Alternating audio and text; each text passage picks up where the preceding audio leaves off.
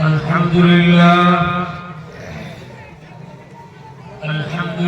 نحمده ونستعينه ونستغفره ونؤمن به ونتوكل عليه ونعوذ بالله من شرور أنفسنا ومن سيئات أعمالنا من يهده الله فلا مضل له ومن يضلل فلا هادي له ونشهد أن لا إله إلا الله وحده لا شريك له ونشهد أن سيدنا ومولانا محمدا عبده ورسوله صلى الله عليه وعلى آله وأصحابه وبارك وسلم تسليما كثيرا أما بعد وعن علي رضي الله تعالى عنه قال رسول الله صلى الله عليه وسلم إذا كانت ليلة النصف من شعبان فقوموا ليلها وصوموا نهارها فإن الله تعالى فيها ينزل لغروب الشمس إلى السماء الدنيا ألا من مستغفر فأغفر له ألا من مسترزق فأرزق له ألا من مبتلى فأعافيه ألا كذا حتى يطلع الفجر أو كما قال حبيبنا صلى الله عليه وسلم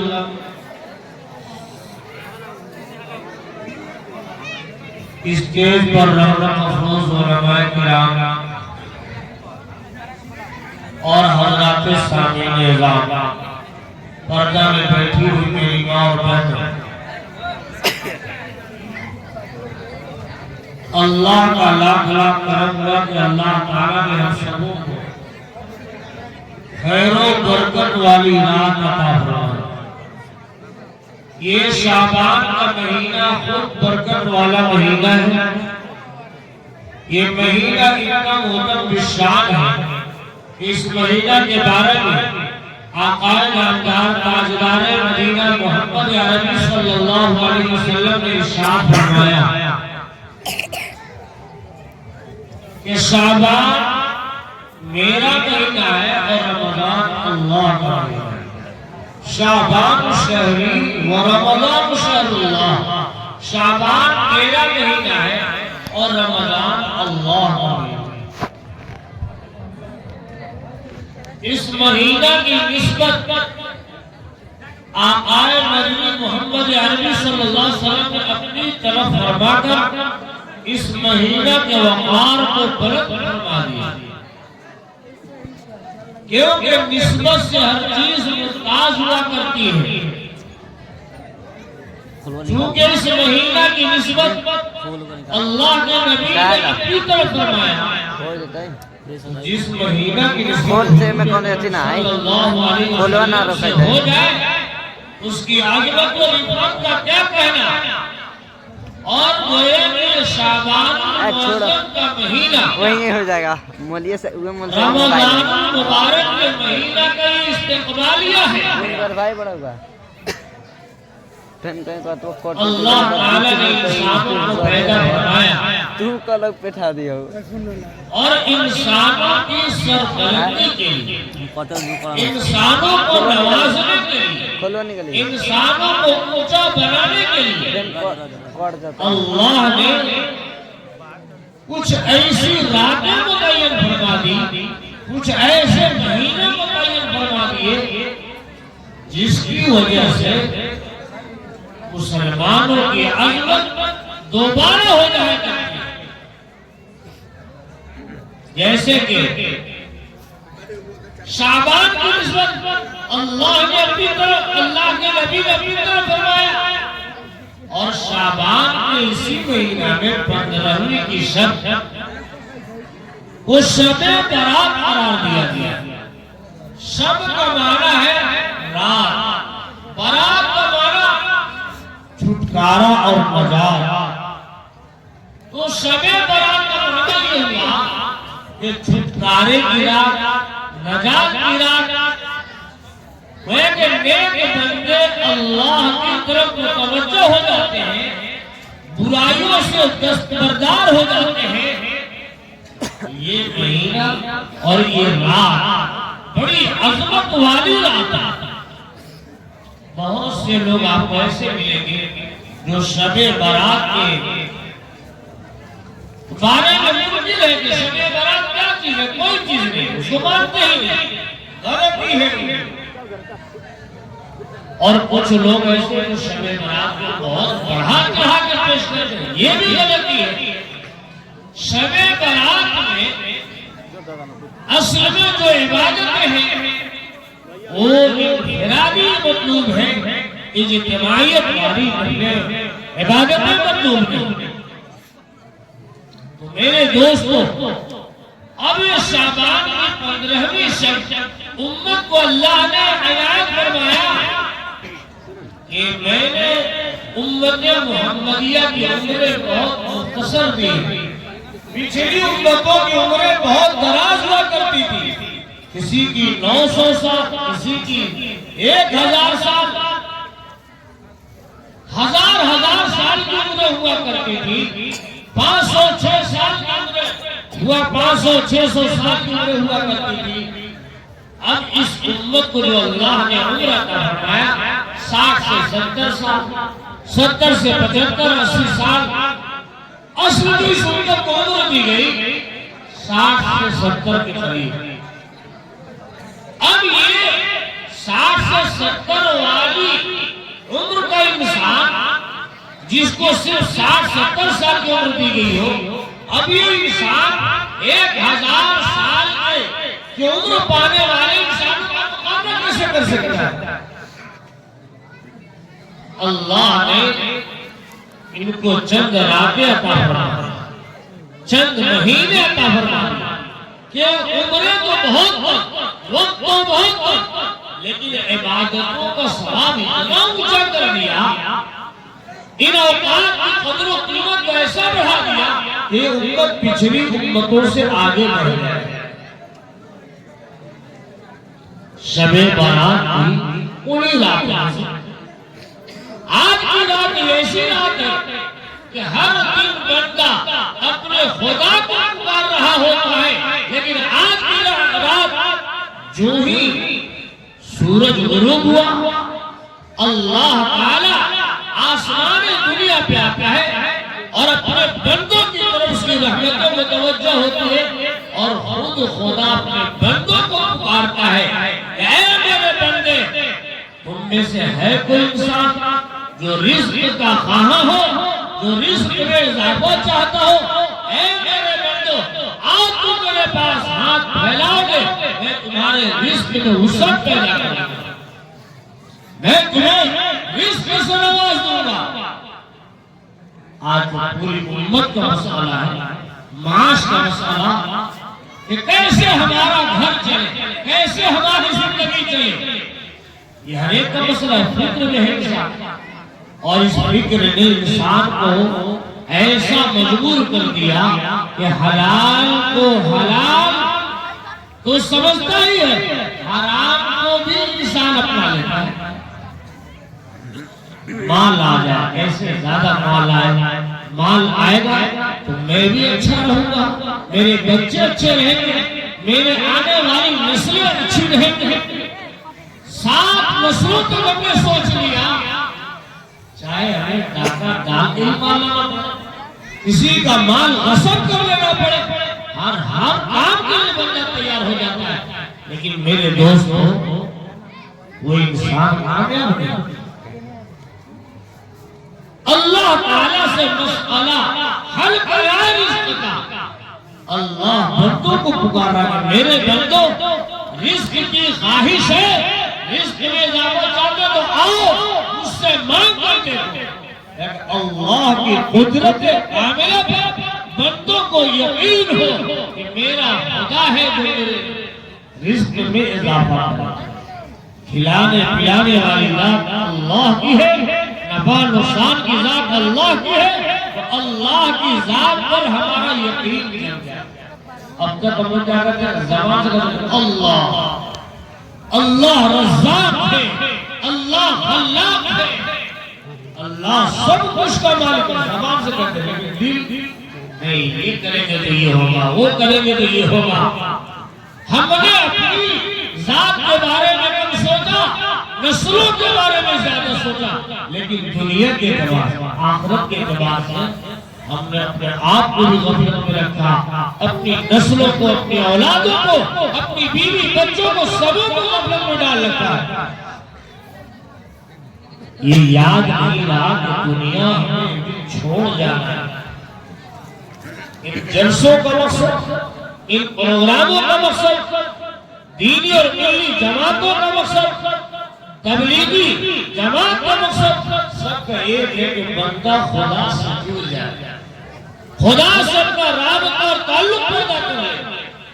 تو میرے دوستو، یہ شعبان کی 15ویں شب ایسی عظیم رات ہے، اس رات میں اللہ تعالیٰ اپنے بندوں کو پکارا کہ میرے بندو کہاں بھٹک رہے ہو، آؤ میرے پاس، مجھ سے مانگو، میں تمہارے مسائل کو حل کر دوں گا، رزق کے دروازے کھول کر رکھوں گا۔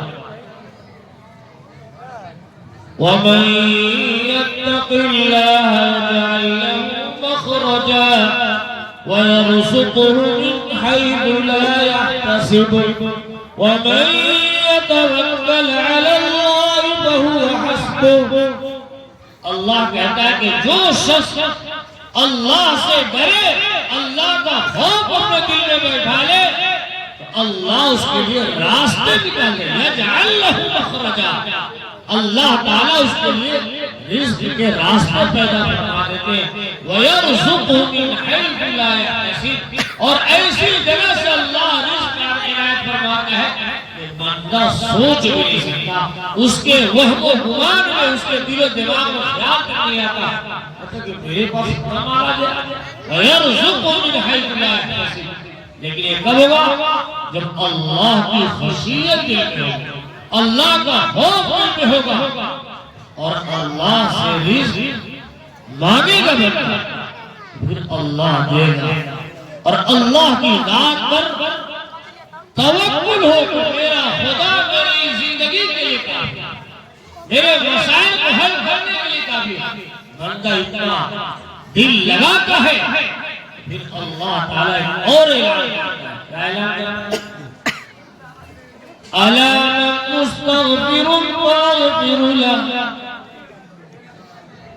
کوئی بندہ ہے جو گناہوں کو کرتے کرتے تھک چکا ہو اور کہتا ہو کہ میں نے تو بہت گناہ کر لیے، اب کون ہے جو اب میری معافی کرا سکے؟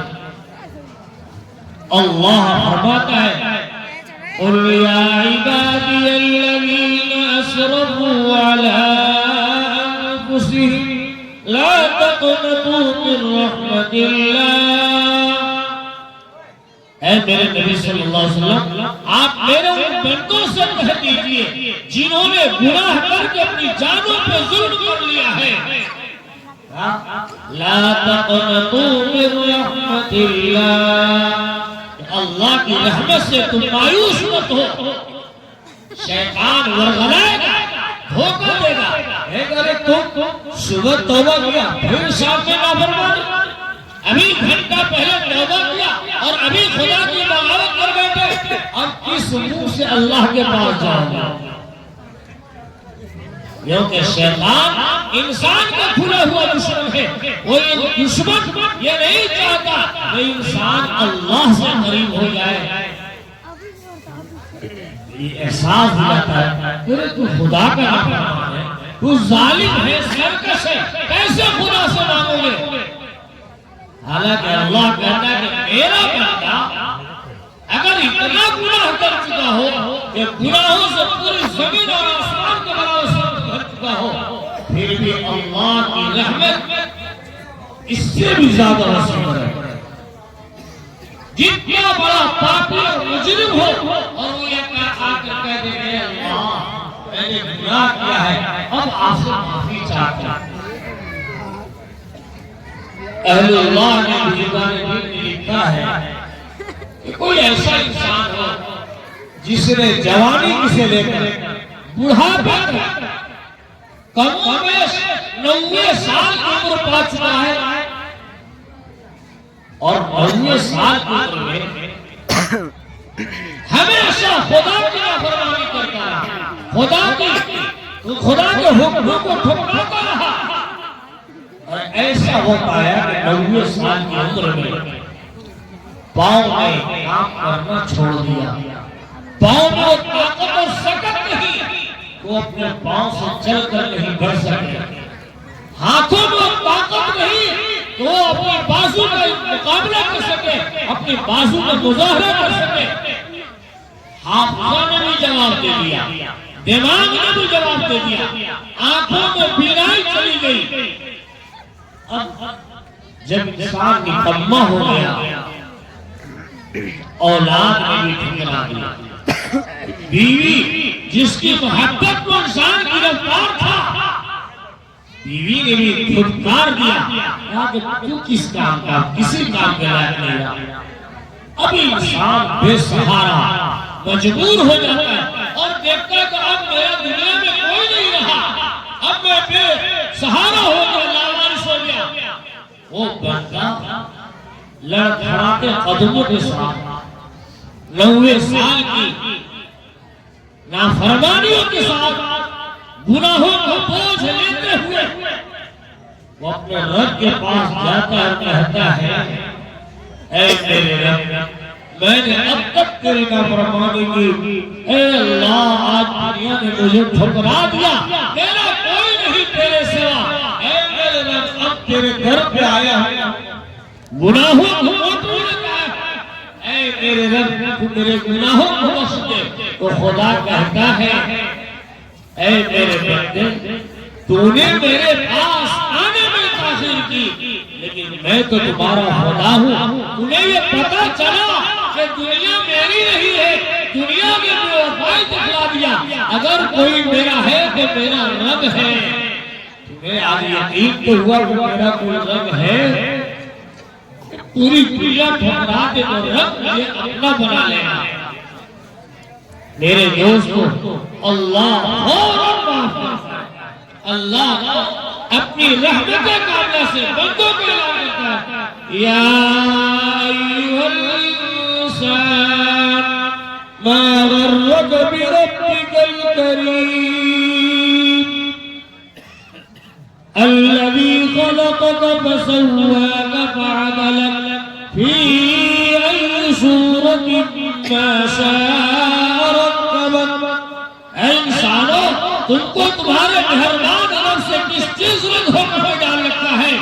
جس ذات نے تم کو جس صورت میں چاہا ڈال دیا، وہ ایسی رحیم کریم ذات جس نے تمہاری صورتوں کو شکلوں کو ڈھالا، انسانی جسم و جسہ بنایا، بدن میں طاقت و قوت عطا فرمائی، وہ خدا جو تمہیں صبح و شام کھلا رہا ہے، وہ خدا جس نے بے شمار اور انگنت نعمتوں سے نواز رکھا ہے، اپنے اس خالق اور مالک کی نافرمانی کرتے ہو، اس کی ناشکری کرتے ہو، پھر بھی وہ اللہ کہتا ہے اے میرے بندے آ جا۔ آج کی رات اسی بات کو سمجھانے والی رات ہے کہ میرے بندوں مایوس مت ہو، گناہ کر لیا ہے تو آؤ میرے دربار میں آؤ، اس سے معافی مانگو۔ میرے دوستو، آج کی رات بھی وہی رات ہے، پھر سامنے رمضان المبارک کا مہینہ اللہ ہمیں گفٹ اور تحفہ میں دے رہا ہے۔ میرے بندوں آؤ، رمضان میں اس لیے دے رہا ہوں کہ تم اپنی زندگی کو بہتر بناؤ۔ اس رمضان میں رمضان اور قرآن ان دونوں کا گہرا تعلق ہے۔ اللہ نے رمضان المبارک میں قرآن کریم نازل فرمایا، شہر رمضان الذی انزل فیہ القرآن هدى للناس وبينات من الهدى والفرقان۔ رمضان کا وہ مہینہ جس میں قرآن کو نازل کیا گیا، وہ قرآن جو ساری دنیا کے انسانوں کے لیے ہدایت ہے، اور وَبَيِّنَاتٍ مِّنَ الْهُدَى وَالْفُرْقَانِ، اور یہ ہدایت کی واضح دلیل ہے، اور اس میں حق اور باطل کو فرق بیان کرنے والی چیز ہے قرآن کی۔ یہ قرآن کی صفت فرقان ہے۔ فرقان کا مطلب حق اور باطل کو الگ الگ کرنے والا۔ اس قرآن کو رمضان میں نازل کیا، اور رمضان میں بھی شب قدر، اِنَّا أَنزَلْنَاهُ فِي لَيْلَةِ الْقَدْرِ، بے شک ہم نے قرآن کریم کو شب قدر میں نازل کیا۔ پھر اللہ نے اپنے نبی سے فرمایا وَمَا أَدْرَاكَ مَا لَيْلَةُ الْقَدْرِ، اے میرے نبی آپ جانتے ہیں کہ لیلۃ القدر کیا ہے؟ یہ جواب خود ہی فرمایا لیلۃ القدر خیر من الف شہر، لیلۃ القدر شب قدر 1000 مہینوں سے افضل ہے، 1000 مہینوں سے افضل۔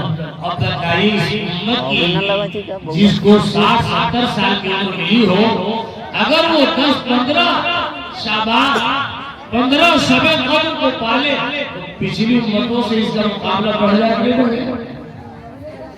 اس دوستو اللہ کا شکر ادا کیجیے، اللہ کی نعمتوں کی قدر کیجیے، اور اللہ سے کہیے کہ اللہ تیرا شکر تمہیں رمضان جیسا مہینہ کرنا۔ لیکن ایسے بھی کوئی نصیب انسان ملیں گے جو رمضان کا پورا روزہ نہیں رکھتے، ہٹے کٹے انسان کا پیٹ پہ جا رہے ہیں، سر میں جا رہے ہیں۔ رمضان مبارک کا روزہ رکھنے سے کماتے ہیں۔ میں رمضان کو اس لیے لے رہا ہوں کہ اب یہ شب قدر ویسے آج کی رات کوئی بعض علماء نے شب قدر میں شمار کیا، وہ 12 شب برات ہے، اس کے بعد رمضان ہی کا مہینہ آنے والا ہے، رمضان کے بارے میں بتایا جائے۔ اب رمضان المبارک میں بندہ خوب نوافل پڑھے، خوب تسبیحات کا اہتمام کرے، ذکر کا اہتمام، تلاوت قرآن کا اہتمام، اور سب سے بڑا اہتمام تو تراویح کا ہے۔ جو مسلمان قرآن پڑھنا نہیں جانتا وہ ایک مہینے میں قرآن کریم کو رمضان المبارک کے اندر تراویح کی نماز میں پڑھ لیا کرتا۔ اس لیے میرے دوستو تراویح بھی پڑھیں، روزوں کا بھی اہتمام کریں، اعتکاف بھی کیا کریں، یہ سب ضروری ہے۔ اسی طریقے سے رمضان المبارک کے اندر جو ہمیں تراویح پڑھنا ہے، تراویح میں بھی شوق اور ذوق کے ساتھ صاف ستھرا پڑھنے والے قرآن کو ایسے حافظ قرآن کو رکھا جائے۔ میرے دوستو اگر ہمیں اچھے حافظ کی تلاش ہے، اچھے قاری کی تلاش ہے، اچھے عالم کی تلاش ہے، کیونکہ تمام عبادتوں میں اصل نماز ہے، تو نماز ہماری اس وقت پر صحیح ہو سکتی جب تک کہ ہمارے قیاس صحیح تھی، ہمیں قرآن پڑھنا صحیح نہ تھا۔ تو قرآن کریم کا بہتر پڑھنا، قاری قرآن بنانا، عالم دین بنانا، مفتی بنانا، فقیہ بنانا، محدث بنانا، امام بنانا، مؤذن بنانا، یہ کن کا کام ہے؟ مدرسوں کا۔ آج اسٹیج پر کچھ دیر سے بچیاں اور بچے آپ کو قرآن سنا رہے تھے، اب علماء کرام کی باری آئی ہے، علماء کرام بیان میں ہیں، آخری علماء کہاں سے تیار ہوتے ہیں؟ یہ آپ بتائیے کہ عوام کو عالم کی ضرورت ہے، اچھا عالم چاہیے، عوام کو اچھے حافظ کی ضرورت ہے۔ کوئی بندہ، کوئی مسلمان اگر دیندار بن کر زندگی گزارنا چاہتا ہے تو اس سے لازمی ہے کہ اچھا حافظ قرآن بھی چاہیے، اچھا عالم دین بھی چاہیے، اچھا مفتی بھی چاہیے، اچھا محدث بھی چاہیے، اچھا فقیہ بھی چاہیے، اور یہ سب تیار ہوتے ہیں مدارس سے۔ چھوٹے بچے یہی کر کے آپ کے امام بنے۔ آج یہ طلباء ہیں، یہ مدرسے میں پڑھنے والے ہیں، یہ بہت اونچے لوگ ہیں۔ اللہ کے نبی جناب محمد رسول اللہ صلی اللہ علیہ وسلم نے اپنا مہمان قرار دیا، اور جب یہ عالم ہو جائے وہ اپنا جانشین قرار دیا کہ میرے وارث اور جانشین جو علماء ہیں، ان العلماء ورثۃ الانبیاء وان الانبیاء لم یورثوا دینارا ولا درہما. ایسے اولو العزم علماء کے بارے میں اللہ کے رسول نے فرمایا کہ میرے جانشین، تو جانشینوں کے قدر کرنا چاہیے. یہ جب ہم قدر کریں گے تو مدارس میں پڑھانے والے اساتذہ یقیناً بہت محنت کرتے ہیں. یا آپ کے بال بچوں کو پڑھاتے ہیں، ماں باپ اپنے بچوں کو پیدا کیا، کھلایا پلایا، کپڑا لگا دیا، لیکن علم سے سوارا تو اساتذہ نے، مدارس نے. لیکن عجیب غلطیاں ہیں. آج امت بے شمار گناہوں میں مبتلا ہے. ان میں سے بہت بڑا گناہ یہ بھی ہے کہ لوگوں سے دلوں سے دین کی اہمیت نکل گئی، قرآن کی تعلیم کی اہمیت نکل گئی، علماء کی اہمیت دلوں سے نکل گئی. اب کیا بچہ کوئی مالدار اس کا تعلیم پہلا ٹارگٹ ہوتا ہے کہ میرا بچہ اچھے اسکول میں اچھے کالج میں جائے. آپ اپنے بچوں کو انجینئر بنائیے، ڈاکٹر بنائیے، وکیل بنائیے، سب چاہیے. امت کو ہر طرح کے افراد چاہیے. امام غزالی رحمۃ اللہ علیہ نے فرمایا ہے کہ امت میں اچھے ڈاکٹر کی بھی ضرورت ہے، اچھے ماسٹر، اچھے ماہرین وکلاء کی بھی ضرورت. سب ہر فرد کے طبقہ کے لوگ مسلمانوں میں چاہیے، سب چاہیے. لیکن پہلا کیا؟